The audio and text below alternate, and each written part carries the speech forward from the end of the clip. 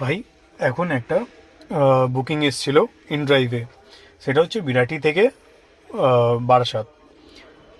Normal যে fair আমি check করলাম ওইটা ইন ড্রাইভে দেখাচ্ছিল 270 অর 280 সামথিং দেখাচ্ছিল। তো কাস্টমার প্যাসেঞ্জার কি করেছে, ওইটাকে এডিট করে 200-এ নিয়ে এসছে। এবার আমি তাড়াহুড়োতে একবার মেরে দিয়েছিলাম, 240 মেরে দিয়েছিলাম, অ্যাকসেপ্ট হয়ে গেছিলো। কিন্তু পরে আমি দেখলাম যে রেটটা অনেকই কম আছে।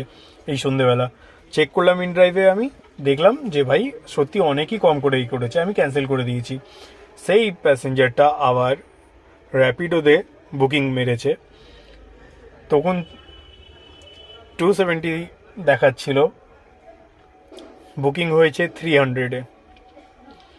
ভাই কি মানে, যখন আপনার কাছে সুযোগ থাকবে তাহলে আপনি ওইটাকে এডিট করে মানে যদি পারেন আপনি একদম জিরো করে দেবেন।